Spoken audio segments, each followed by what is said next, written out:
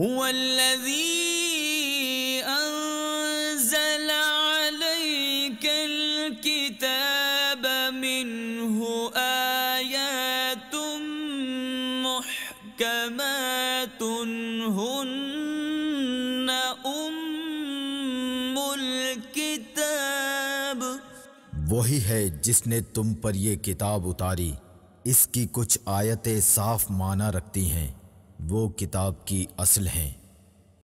الحمدللہ رب العالمین والصلاة والسلام علی سید الانبیاء والمرسلین، اما بعد فاعوذ باللہ من الشیطان الرجیم، بسم اللہ الرحمن الرحیم۔ الصلاة والسلام علیک یا رسول اللہ وعلی آلک واصحابک یا حبیب اللہ، الصلاة والسلام علیک یا نبی اللہ وعلی آلک واصحابک یا نور اللہ۔ محترم اور پیارے اسلام بھائیوں اور مدنی چینل کے ناظرین، ہم ایک مرتبہ پھر حاضر ہیں سلسلہ احکام قرآن میں۔ اس سلسلے میں آیات احکام پر گفتگو کی جاتی ہے۔ شریعت مطہرہ نے تمام ہی شعبوں کے اندر ہمیں احکام دیے ہیں، خواہ ان کا تعلق معاملات سے ہو، ان کا تعلق نکاح و طلاق سے ہو، یا ان کا تعلق مالی معاملات سے ہو۔ آج سورہ بقرہ کی آیت نمبر 188 کے ضمن میں ہم گفتگو کریں گے۔ اس آیت کا تعلق مالی معاملات سے ہے۔ آئیے سب سے پہلے اس آیت مبارکہ کی تلاوت اور ترجمہ سنتے ہیں۔ قرآن کی روشنی، ولا تأكلوا أموالكم بينكم بالباطل وتدلوا بها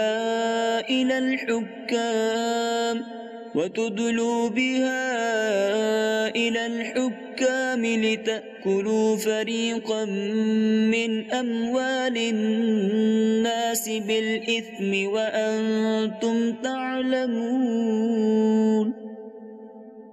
اور آپس میں ایک دوسرے کا مال ناحق نہ کھاؤ، اور نہ حاکموں کے پاس ان کا مقدمہ اس لیے پہنچاؤ کہ لوگوں کا کچھ مال ناجائز طور پر کھا لو جان بوجھ کر۔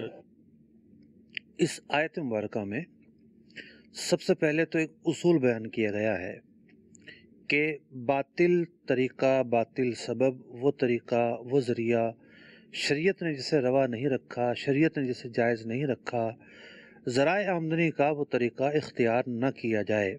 ایسا طریقہ اختیار کرنا اللہ تبارک و تعالیٰ کے احکام کی خلاف ورزی ہے، اور شریعت مطہرہ نے متعدد اور درجن بھر یا سے زیادہ حلال آمدنی کے ذرائع ہمیں دیے ہیں، مختلف نظام دیے ہیں، مختلف طریقے دیے ہیں۔ جو نظام دیا ہے اس کو فالو کیا جائے، اگر اس کے خلاف کیا جائے گا تو وہ باطل طریقہ ہوگا۔ قرآن مجید فرقان حمید نے یہاں پر واضح طور پر فرما دیا وَلَا تَأْكُلُوا أَمْوَالَكُمْ بَيْنَكُمْ بِالْبَاطِلِ، کہ جو باطل طریقہ ہے اس کو اختیار نہ کیا جائے۔ اب باطل طریقوں میں سے ایک طریقہ تھا رشوت کا لین دین، اور اس کا استعمال زیادہ تر حکام کے پاس ہوتا ہے یا عدالتوں میں ہوتا ہے، کہ جب کوئی بندہ اپنا فیصلہ لے کر جاتا ہے اور وہ یا تو جج کو رشوت دیتا ہے، یا وہ وکیل کو رشوت دیتا ہے، یا وہ گواہوں کو رشوت دیتا ہے، اور رشوت کے بل بوتے پر وہ ایک ناحق چیز حاصل کرنے کی کوشش کرتا ہے۔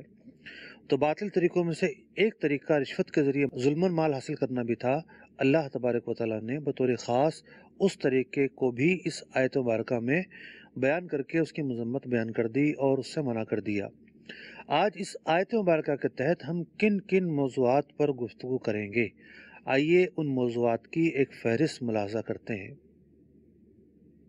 قرآن کی روشنی، آیات مبارکہ کے ضمن میں زیر بحث لائے جانے والے نکات۔ نمبر 1، مذکورہ آیت کا شان نزول کیا ہے؟ نمبر 2، کیا حلال ہے اور کیا حرام ہے؟ نمبر 3، مال حلال کتنی قسم کا ہوتا ہے؟ نمبر 4، مال حرام کتنی قسم کا ہوتا ہے؟ نمبر 5، آیت میں مذکور لفظ الباطل اور لفظ تدلو کی تشریح۔ نمبر 6، رشوت دے کر عدالتی فیصلہ جیتنے سے کون کون سے پہلو مراد ہیں؟ نمبر 7، اگر شہادت یا حلف کی بنا پر عدالت سے ناحق مال حاصل کیا تو کیا حکم ہے؟ سب سے پہلے چلتے ہیں پہلے نقطے کی طرف کہ اس آیت مبارکہ کا شان نزول کیا ہے۔ اس آیت مبارکہ کا شان نزول یہ ہے کہ دو افراد ربیہ بن عبدان الحضرمی اور امرا القیس الکندی بارگاہ رسالت میں حاضر ہوتے ہیں، اور حاضر ہونے کے بعد ایک مقدمہ لے کر آتے ہیں، اور مقدمے کی نوعیت یہ ہوتی ہے کہ عبدان خضرمی نے یہ دعویٰ کیا کہ جو زمین ہے وہ اس کی ہے، لیکن ان کے پاس گواہ نہیں تھے۔ امرا القیس کندی نے دعویٰ کیا کہ زمین ان کی ہے، تو گواہ جو ہے مدعی سے مانگے جاتے ہیں۔ مدعی کون ہوتا ہے، مدعا علیہ کون ہوتا ہے؟ شریعت کے نظام میں اور عام طور پر جو سرکاری نظام رائج ہے اس میں تھوڑا سا فرق ہے۔ ہمارے عام طور پر یہ ہوتا ہے کہ جو ایف آئی آر کٹوا دے جا کے اسے ہی مدعی قرار دیا جاتا ہے۔ شریعت کی نگاہ میں فیصلہ یہ کرنا ہوتا ہے کہ گواہ کس پر ہوں گے، حلف کس پر ہوگا۔ گواہ ہمیشہ مدعی پر ہوتا ہے اور حلف جو ہے وہ مدعا علیہ پر ہوتا ہے۔ اس مسئلے کے اندر جو زمین کا دعویٰ کرنے والے تھے وہ عبدان حضرمی تھے، تو انہوں نے ان سے گواہ طلب کیے گئے، ان کے پاس گواہ نہیں تھے، تو امرا القیس کو کہا گیا کہ اب تمہیں حلف اٹھانا ہوگا۔ اب یہاں سے فیصلہ کرنے والوں کے آداب بھی پتہ چلتے ہیں۔ نبی اکرم علیہ الصلوۃ والسلام نے ان دونوں افراد کے مابین فیصلہ کرنے سے پہلے خوف خدا ان کے اندر پیدا کیا اور کہا کہ دیکھ لو، سوچ لو، اللہ تبارک و تعالیٰ نے یہ ارشاد فرمایا ہے، ان الذین یشترون بعہد اللہ و ایمانہم ثمنا قلیلا، کہ وہ لوگ، یعنی کفار کے اوصاف بیان کیے گئے ہیں کہ جو اللہ تعالیٰ کے عہد، یعنی اللہ تعالیٰ کا نام لے کر، اللہ تعالیٰ کا عہد لے کر اور قسم لے کر چھوٹے سے قیمت کے بدلے جو ہے وہ اپنے دیانت کا، اپنی امانت کا سودا کر دیتے ہیں اور جھوٹ بول دیتے ہیں۔ جب نبی اکرم علیہ الصلوۃ والسلام نے یہ آیت مبارکہ تلاوت فرمائی تو دونوں پر خوف خدا طاری ہو گیا اور رونے لگے، اور دونوں میں سے ہر ایک یہ کہنے لگا کہ یا رسول اللہ صلی اللہ علیہ وسلم، بس میں چاہتا ہوں کہ یہ زمین بس میری نہیں ہے، اب یہ اس کی ہے۔ دوسرے نے کہا کہ یہ زمین میری نہیں ہے، یہ اس کی ہے۔ اور اب اس کے بعد جو ہے جب یہ صورتحال پیدا ہوئی اور دونوں جو ہے وہ اپنے اپنے دعوے سے ہی پیچھے ہٹ گئے، تو پھر اللہ تبارک و تعالیٰ نے یہ آیت مبارکہ نازل فرمائی، سورہ بقرہ کی آیت نمبر 188، جو آج ہم نے اپنے سلسلے میں شامل کی ہے۔ یہ آیت مبارکہ نازل ہوئی تو نبی اکرم علیہ الصلوۃ والسلام نے ان دونوں کو جنت کی بشارت عطا فرمائی۔ تو یہاں سے یہ پتہ چلا کہ حق حاصل کرنا جائز ہے، حق حاصل کرنے کے لیے آگے بڑھنا بھی جائز ہے، فیصلے کی طرف جانا بھی جائز ہے، لیکن ایک موقع ہوتا ہے خوف خدا کا بھی، اپنے بھائی کے درد کے احساس کا بھی، اس کا بھی ایک تعلق ہوتا ہے اور اس کی بھی گنجائش ہوتی ہے۔ اگلے نقطے کی طرف چلتے ہیں۔ آج کی جو آیت مبارکہ ہے، یہ پوری کی پوری آیت مبارکہ مال حرام کے احکام کے گرد گھومتی ہے کہ مال حرام کیا ہے۔ عربی کا ایک قاعدہ ہے، الاشیاء تعرف بازدادها، اشیاء جو ہے وہ اپنے ازداد سے، اپنی ضدوں سے جانی جاتی ہے، تو حرام کو سمجھنے کے لیے حلال کو سمجھنا بھی ضروری ہے۔ اگر حلال کا ہی پتہ نہیں ہوگا تو حرام میں کسی وقت بھی بندہ پڑ سکتا ہے، تو حرام کے ساتھ ساتھ حلال کا جاننا بھی ضروری ہے۔ اب حلال کے جو ہے وہ ہماری زندگی کے اندر یوں کہہ لیجئے کہ 3 طرح کے پہلو ہیں، یعنی ہم جو کھاتے ہیں وہ حلال ہونا چاہیے، ہم جو استعمال کرتے ہیں وہ حلال ہونا چاہیے، اور جو ہمارے اسباب ہیں، ذرائع آمدنی ہیں، وہ حلال ہونے چاہیے۔ تو جو پہلا وہ ہے، پہلی جو قسم ہے، میں تھوڑی سی اس کی تفصیل بیان کر دیتا ہوں، اگرچہ کہ پہلی قسم اور دوسری قسم کا تعلق نہیں ہے۔ پہلی جو قسم ہے کہ جو ہم کھاتے ہیں وہ حلال ہونا ضروری ہے۔ تو روئے زمین پر 3 طرح کی چیزیں ہیں، یا یوں کہہ لیجیے کہ غالب طور پر 3 طرح کی چیزیں ہیں۔ ایک معدنیات ہیں، دوسری حیوانات ہیں، اور تیسری نباتات ہیں۔ معدنیات کے اندر اور نباتات کے اندر صرف 3 چیزیں دیکھی جائیں گی کہ کوئی بھی چیز ایسی نہ ہو جو انسانی عقل کو نقصان پہنچائے، یعنی جب نشہ آ جاتا ہے تو عقل کو نقصان پہنچتا ہے، انسانی صحت کو نقصان پہنچائے، اسے مطلب کہ امراض میں مبتلا کر دے، اس کے کھانے سے پیٹ خراب ہو جائے، اس کے کھانے سے بلڈ پریشر بڑھ جائے، اس کے کھانے سے کوئی اور موذی مرض کے پیدا ہونے کا ظن غالب ہو۔ تیسری چیز ہے کہ انسان اس سے مر جائے، جیسے زہر ہے، زہر نباتات میں ہی ہوتا ہے زہر۔ تو جتنی بھی معدنیات ہیں، جتنی بھی نباتات ہیں، اس کے اندر اصول یہ ہے کہ اگر تو کوئی خارجی سبب پایا جاتا ہے جو انسان کی صحت پر اثر انداز ہوتا ہے، عقل پر اثر انداز ہوتا ہے، یا انسان کی حیات پر اثر انداز ہوتا ہے، تو اس کا استعمال جائز نہیں ہوگا۔ یہی وجہ ہے کہ مٹی کھانا، راکھ کھانا، آگ کھانا، ان کا کھانا حلال نہیں ہے، کیونکہ یہ لازمی طور پر انسانی صحت کے لیے مضر ہے۔ زہر کھانا حلال نہیں ہے، انسانی صحت کے لیے مضر ہے۔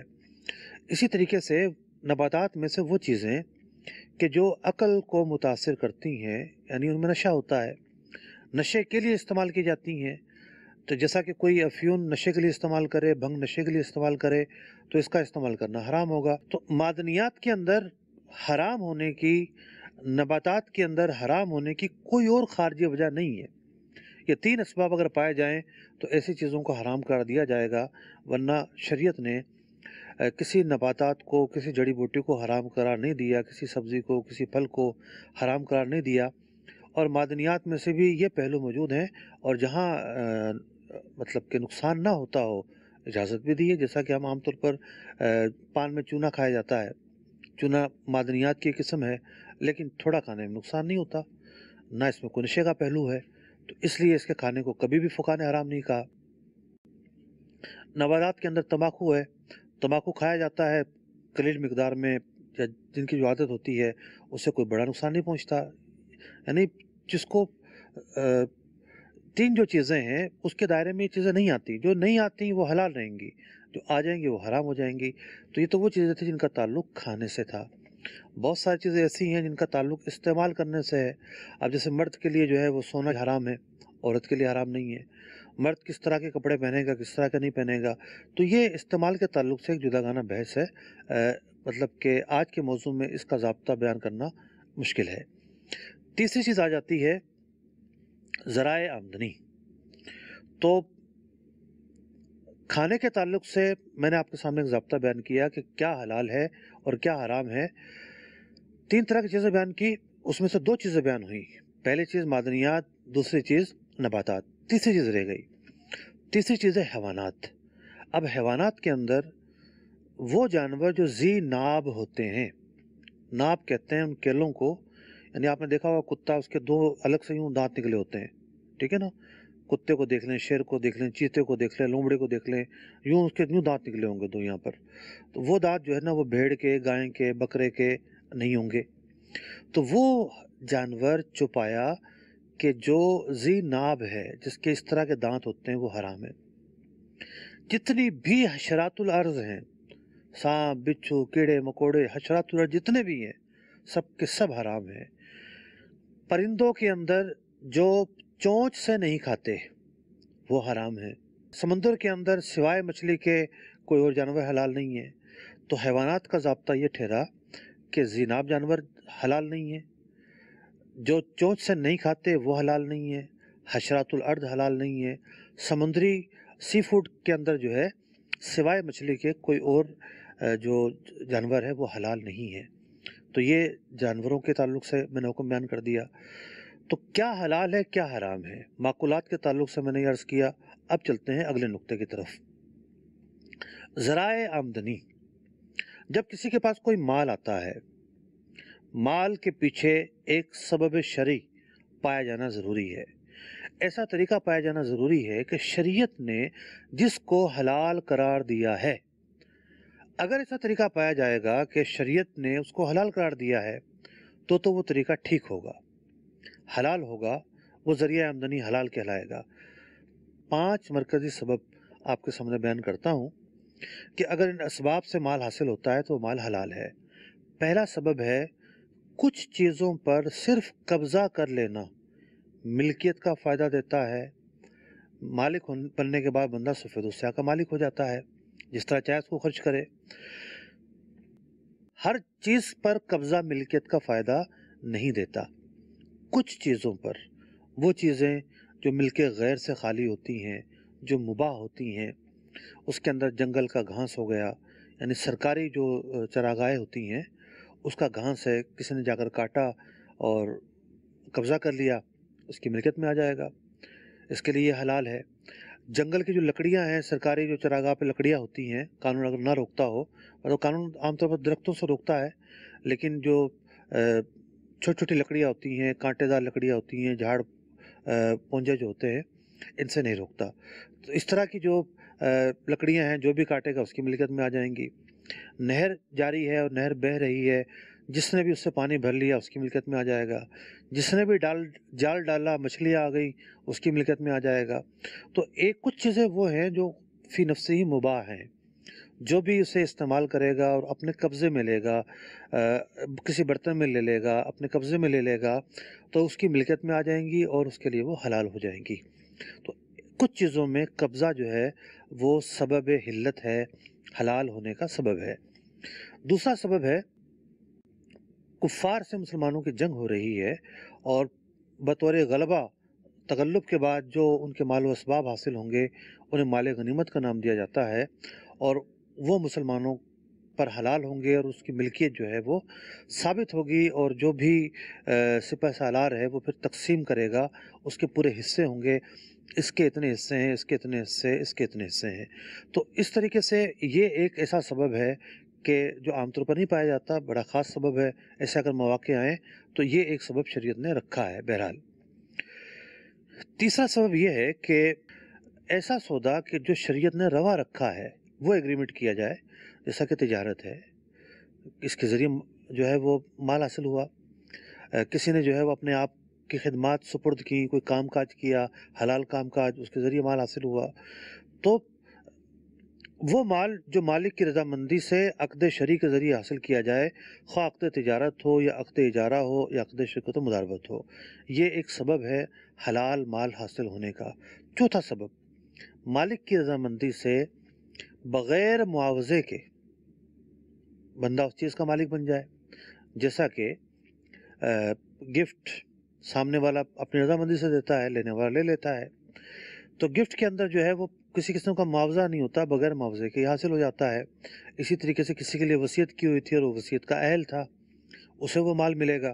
اسی طریقے سے صدقات ہیں، اگر کوئی کسی کو بطور صدقہ دیتا ہے تو صدقات نافلہ ہوتے ہیں، تو اس کے لیے تو غنی یا فقیر ہونے کی کوئی قید نہیں ہے، ہر ایک لے سکتا ہے۔ صدقات واجبہ جو ہے وہ صرف شرعی فقیر لے گا۔ تو یہ وہ اسباب ہیں کہ مالک کی رضامندی سے بغیر کسی معاوضہ دیے یہ چیزیں ملکیت میں آ جاتی ہیں اور بندہ ان کا مالک بن جاتا ہے۔ یہ چوتھا سبب تھا۔ پانچواں سبب یہ ہے کہ بندہ اپنی چاہت کے بغیر، نہ اس کی اپنی چاہت شامل ہو یہ ضروری نہیں ہے، نہ سامنے والے کی چاہت شامل ہو یہ ضروری نہیں ہے، بلکہ جبری طور پر وہ چیز اس کی ملکیت میں آ جائے۔ اور ایسا ایک ہی جگہ ہوتا ہے وراثت کے اندر، کہ جیسے ہی اس کے مورث کی، اس کے اس رشتہ دار کی جس کا یہ وارث بن رہا ہے، اس کی آنکھ بند ہوئی اور اس کا انتقال ہوا، اس کا مال و اسباب وراثت کے حصے کے مطابق اس کی ملکیت میں خود بخود آ جاتا ہے۔ تو یہ مرکزی طور پر 5 بڑے اسباب ہیں حلال ذریعہ آمدنی کے۔ ان طریقوں سے جو مال حاصل ہوگا وہ مال حلال ہوگا، طیب ہوگا، پاکیزہ ہوگا۔ یہ 5 مرکزی جو اسباب ہیں اگر ہمارے سامنے رہیں تو ہم حلال کے نظام کو بہت آسانی کے ساتھ سمجھ سکتے ہیں۔ اگلے نقطے کی طرف چلتے ہیں۔ ہم نے حلال سمجھ لیا کہ حلال کے کیا ذرائع ہیں، آخر یہ دیکھتے ہیں کہ مال حرام کیا ہوتا ہے، کہاں کہاں مال حرام پایا جاتا ہے۔ مال حرام کے 6 بڑے مرکزی اسباب میں آپ کے سامنے بیان کر رہا ہوں۔ پہلا سبب یہ ہے کہ ظلماً جبراً مال حاصل کرنا، یعنی حرام مال۔ قرآن پاک کی اس آیت مبارکہ میں جو یہ فرمایا گیا کہ باطل طریقے سے مال نہ کھاؤ، اس مال حرام باطل طریقے سے کھایا جاتا ہے۔ تو مال حرام کے اسباب کیا ہیں؟ ایک سبب ہے قہراً جبراً ظلماً، کسی سے کسی کا مال حاصل کرنا، ڈاکے کے اندر، اسٹریٹ کرائم کے اندر، چوری کے اندر، غصب کے اندر، یہی ہوتا ہے کہ ظلماً کسی کا مال جو چھین کر یا چوری کر لیا جاتا ہے۔ مال حرام کا دوسرا سبب باطل خواہشات اور لہو لائب والی جو چیزیں ہیں ان کے ذریعے مال حاصل کرنا یا ان میں مال لگانا. مثال کے طور پر جوا ہے. اب کسی جوا جو ہے دراصل ایک خواہش نفسانی پر ڈیپینڈ کرتا ہے، اور خواہش نفسانی ہوتی ہے بس میں کھیلوں ہی کھیلوں، اور جواری جو ہے وہ کہیں سے بھی اس کو بند کر لیں اس نے وہیں آنا ہے. اس کی سوچوں کا محور جوا ہو کر رہ جاتا ہے. اس کا لالچ ایسا ہوتا ہے کہ بندہ پلٹ پلٹ کر وہاں آ رہا ہوتا ہے اور سارا گھر کنگال ہو جاتا ہے، پھر بھی یہ اس عمل سے باز نہیں آتا. زنا ہو گیا کہ اس میں جو ہے ایک رغبت ہوتی ہے. شراب ہو گئے اس میں ایک رغبت ہوتی ہے. اسی طریقے سے اور اس طرح کی جو چیزیں ہیں جس کے اندر بنیاد جو ہے نفسانی خواہشات ہیں، لیکن یہ وہ چیزیں ہیں جو لہو لائب ہیں، حرام ہیں، حلال نہیں ہیں. اب کوئی ان کے ذریعے پیسہ حاصل کرتا ہے تو وہ پیسہ، وہ آمدنی جو ہے وہ مال حرام کہلائے گی. تیسرا سبب ہے رشوت. رشوت جو ہے بعض جگہ پر یک طرفہ رضامندی سے لی جاتی ہے، بعض جگہوں پر دو طرفہ رضامندی سے لی جاتی ہے. بعض دفعہ جو ہے وہ لینے والا لینے کے لیے تیار نہیں ہوتا، لیکن دینے والا لینے والے کو مجبور کرتا ہے کہ تم لو میں تاکہ میرا کام ہو جائے. تو جو رشوت ہے، رشوت کا جو لینا ہے کسی صورت میں حلال نہیں ہے. رشوت کے ذریعے جو بھی مال حاصل ہوگا وہ مال حرام ہوگا. رشوت تیسرا سبب تھا مال حرام کا. چوتھا سبب ہے سود. سود قرآن مجید فرقان حمید کی آیات میں تفصیل کے ساتھ اس کو بیان کیا گیا، اس کی مذمت بیان کی گئی. سودی کاروبار میں جو لین دین ہے، شرکت ہے، سودی یعنی لین دین کے اندر جو ملوث ہونا ہے، اس کو اللہ تبارک و تعالیٰ کے ساتھ جنگ کرنے کے مترادف قرار دیا گیا. تو سود ایک ایسا ذریعہ آمدنی ہے جو مال حرام پر مشتمل ہے. تو چوتھا سبب تھا سودی آمدنی. پانچواں سبب ہے خیانت کے ذریعے مال حاصل کرنا.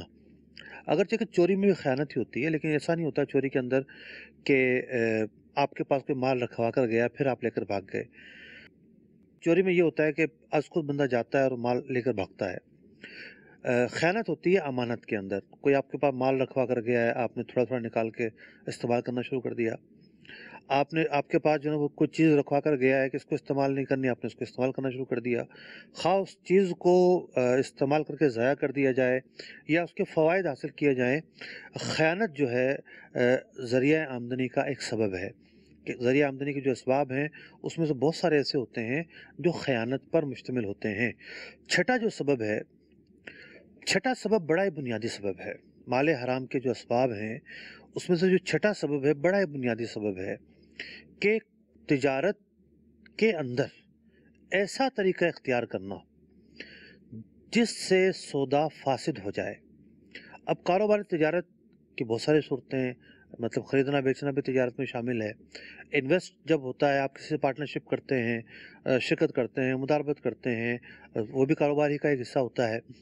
یا آپ جو ہے وہ کوئی ایسا اجارہ کر لیتے ہیں جو فاسدہ ہوتا ہے. کچھ فاسد اجارے ایسے ہوتے ہیں کہ جس کی آمدنی مال حرام ہوتی ہے، کچھ کی نہیں ہوتی. کاروبار و تجارت کے اندر ایسا طریقہ کار اگر اختیار کیا گیا جس سے عقد فاسد ہو جاتا ہے تو بھی آمدنی مال حرام ہو جائے گی. اور تقریباً 40 سے زیادہ ایسے اسباب ہیں جس سے کاروبار و تجارت میں جو سودا ہے وہ فاسد ہو جاتا ہے، آمدنی حرام ہو جاتی ہے. تو مقام غور ہے یہاں پر کہ اگر صرف ایک کاروبار و تجارت کو لیں تو ان 40 چیزوں کا ہمارے لیے جاننا ضروری ہوگا کہ ہم اس سے بچ سکیں. وہ جو جرائم کہہ لیجیے آپ، وہ غلطیاں جو ہیں، وہ ناعلمی اور جہالت کے جو اسباب ہیں ہمارے اندر نہ پائے جائیں کہ جس کی وجہ سے ہمارا سودا حرام ہو جائے. بعض اوقات جو ہے نا صرف ناعلمی بڑا سبب ہوتا ہے. بندہ احتیاط کرتا ہے تو مطلب کہ اسے نجات مل جاتی ہے اور اس طریقہ کار پر عمل نہیں کر رہا ہوتا. تو میں نے آپ کے سامنے مال حرام کے 6 مرکزی اسباب بیان کیے ہیں کہ یہ اسباب جہاں پائے جاتے ہیں وہاں پر آمدنی حرام ہو جاتی ہے. حرام آمدنی کا استعمال کرنا حلال نہیں ہوتا. حرام آمدنی میں سے کچھ، یعنی حرام آمدنی میں ایک چیز تو مشترک ہے کہ اس سے چھٹکارا پایا جائے گا، بندہ اس سے خلاصی پائے گا. البتہ اس کی پھر 2 قسمیں بنتی ہے. بعض چیزیں ایسی ہوتی ہیں کہ اصل مالک کو ہی دینا ضروری ہے، جیسا کہ رشوت لی ہے، اصل مالک کو ہی دینا ضروری ہوگا، زنا کی آمدنی ہے اصل مالک کو دینا ضروری ہوگا، گانے کی آمدنی ہے اصل مالک کو ہی دینا ضروری ہوگا، تلاوت کی آمدنی حلال نہیں ہے، تلاوت کی جو آمدنی ہے اصل مالک کو دینا ضروری ہوگا، قرآن پڑھانے کی آمدنی تو حلال ہے، قرآن سنانے کی آمدنی حلال نہیں ہے۔ لیکن کچھ چیزیں ایسی ہیں کہ جس کے اندر اصل مالک کو لوٹانا ضروری نہیں ہے، بلکہ بغیر ثواب کی نیت کے صدقہ کرنا کافی ہوتا ہے۔ تو مال حرام کے 6 اسباب بیان کیے، لیکن یہ 6 اسباب تو یوں کہہ لیجئے کہ ایک بہت بڑی عمارت میں نظر آنے والی 6 کھڑکیاں ہیں جو دکھا رہی ہیں کہ اس عمارت کے اندر کچھ نہ کچھ ہے۔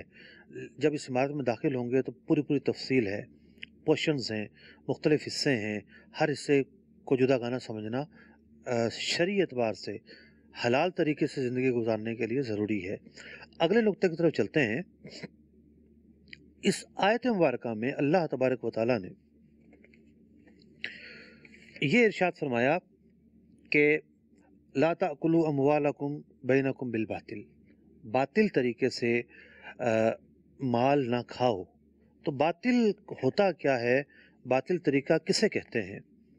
جو باطل طریقہ ہوتا ہے یعنی باطل کا معنی ہوتا ہے کل عدم، جس کی کوئی حیثیت ہی نہیں ہے، جس کی کوئی اہمیت ہی نہیں ہے۔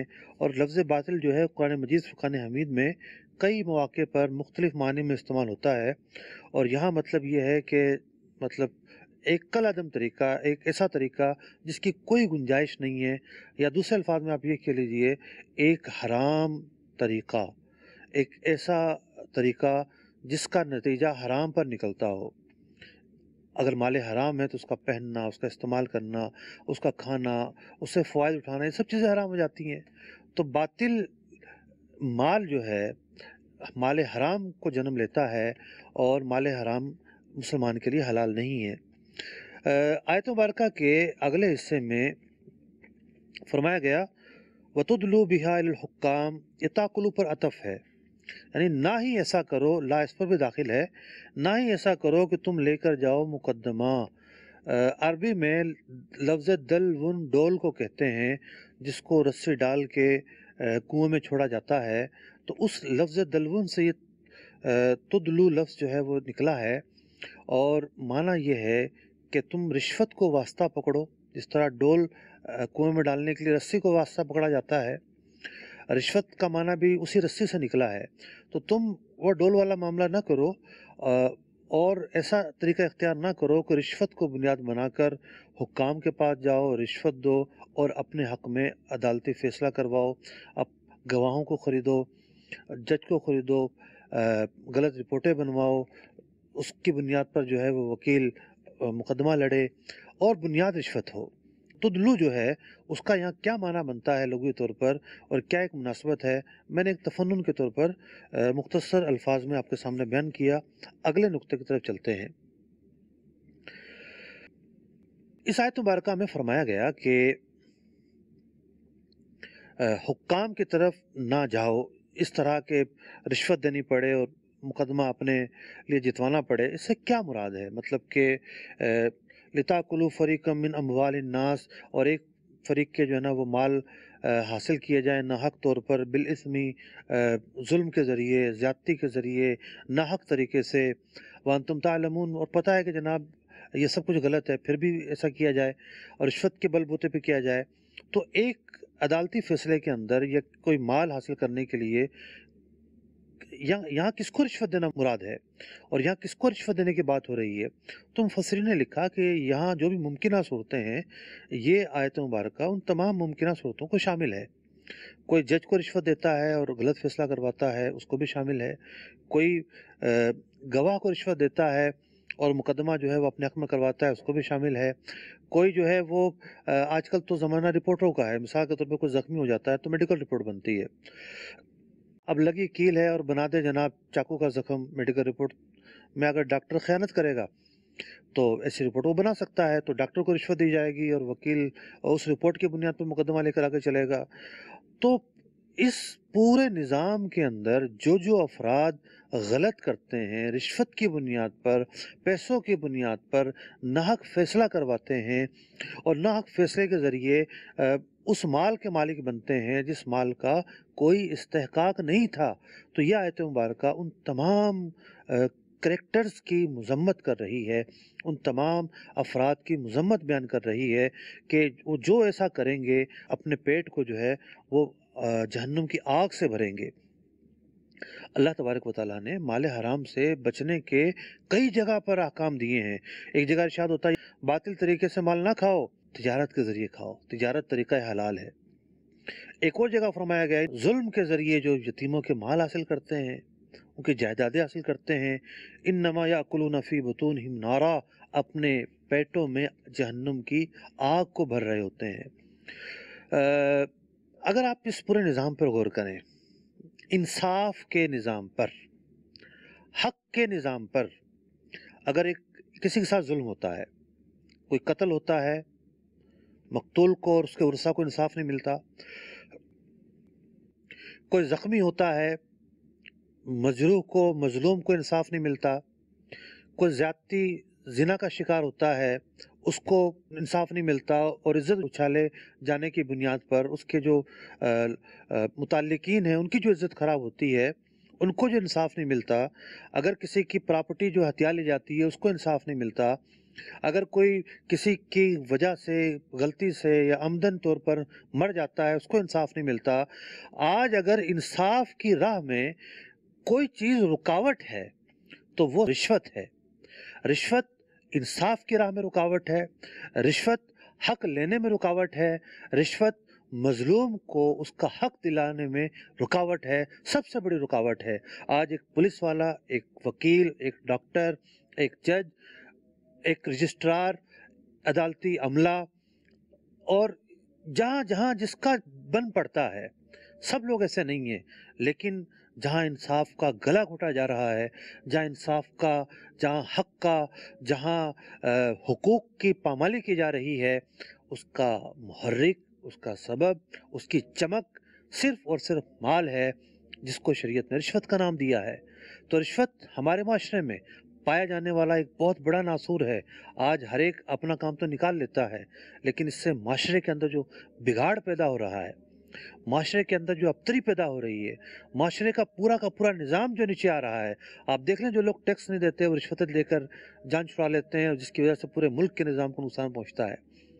جہاں جہاں جس مرحلے پر حقوق کی پامالی ہوتی ہے، لوگ اسکولوں کے اندر جو ہے پڑھانے نہیں جاتے، پورے سال بچے جو ہے وہ آ کر چلے جاتے ہیں، کیوں؟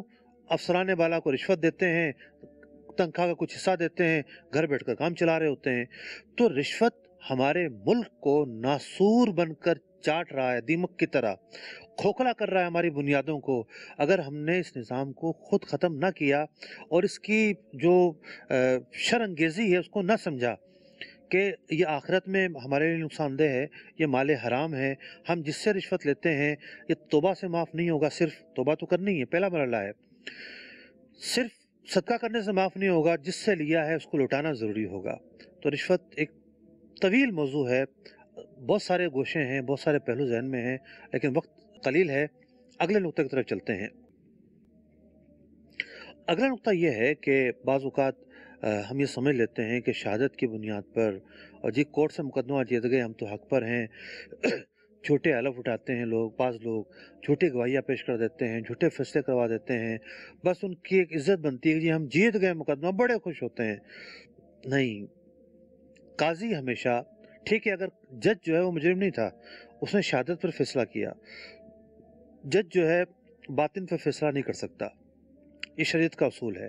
اس نے قاتل کو خود قتل کرتے ہوئے دیکھا ہے، وہ گواہی نہیں دے سکتا، وہ گواہی پر فیصلہ کرے گا، گواہی نہیں ہوگی تو حلف پر فیصلہ کرے گا۔ لیکن اگر وہ فیصلہ حقائق کے خلاف ہے تو ایسا نہیں ہے کہ آخرت میں بری ذمہ ہو جانا ہے۔ کسی نے مال عدالتی فیصلے کے ذریعے، کورٹ کے فیصلے کے ذریعے، جھوٹی گواہیوں کی بنیاد پر، جھوٹے قرائن کی بنیاد پر، جھوٹے حلف کی بنیاد پر حاصل کر لیا تو ایسا نہیں ہے کہ وہ کامیاب ہو جائے گا، آخرت میں اس کو جواب دینا ہوگا۔ تاریخ اسلام کے ایک عظیم قاضی گزرے ہیں، بہت عظیم قاضی تھے، غالباً حضرت علی المرتضیٰ کرم اللہ وجہ الکریم کے دور خلافت کے اندر یہ قاضی تھے، امام قاضی شریح رحمۃ اللہ تعالی علیہ۔ یہ جب فیصلہ کرتے تھے تو کہتے تھے انی لاقضی لکا و انی لاظنک ظالما، میری رائے یہ ہے، نہیں بات فیصلوں پہ ہی کہتے تھے، میں نے فیصلہ تو کر دیا ہے لیکن میں سمجھتا ہوں کہ تم ظالم آدمی ہو، تم نے جھوٹے طریقے سے فیصلہ تو کروا لیا ہے، گواہوں پر جرا ہو گئی، جتنی کرنی تھی کر لی، لیکن ولیکن لا یسانی ان اقضی بما یحضرنی من البینہ ان قضائی لا یحل لکا حراما، میری قضا حلال کو حرام قرار نہیں دے گی۔ امام قتادہ رحمۃ اللہ تعالی علیہ فرماتے تھے لا تدلوا بمال اخیک الی الحاکم وانت تعلم انک ظالم فان قضاءہ لا یحل حراما، قضا عدالتی فیصلہ حرام کو حلال قرار نہیں دے سکتا، گواہوں کی بنیاد پر فیصلہ ہونا ہے، یہاں اگر کمی بیشی ہو گئی، فیصلہ ٹھیک تھا لیکن بنیاد اس کی غلط ثابت ہو سکتی ہے، گواہ بکتے ہیں، بہت ساری چیزیں ہو سکتی ہیں، لیکن اس سے یہ سمجھا جائے کہ یہ ہمارا حق ہو گیا، جو مال ہم نے حاصل کیا ہے ہمارے لیے حلال ہو گیا، جو مال ہم نے لیا وہ ہم اس کے مالک و مختار ہیں۔ نبی اکرم علیہ السلام نے ارشاد فرمایا بغیر حق کے اس کا مال لینا جائز نہیں ہے، ذالک لما حرم اللہ مال المسلم علی المسلم، اللہ تعالیٰ نے مسلمان کے مال کو حرام قرار دیا ہے، نہ حق لینا حرام ہے، حق کے ساتھ لینا ہوگا۔ ایک اور حدیث میں فرمایا گیا ان دماءکم و اموالکم و اعراضکم علیکم حرام، ایک دوسرے کی کہ خون، اموال، عزتیں تم پر حرام ہیں، ان کا تحفظ کرنا ضروری ہے۔ تو دین تحفظ دیتا ہے، دین حقوق قائم کرتا ہے، دین حقوق کے پورا کرنے کا درس دیتا ہے، دین حقوق کی پاسداری کی اہمیت سکھاتا ہے، دین کے ساتھ جڑے رہنے میں ہی کامیابی ہے۔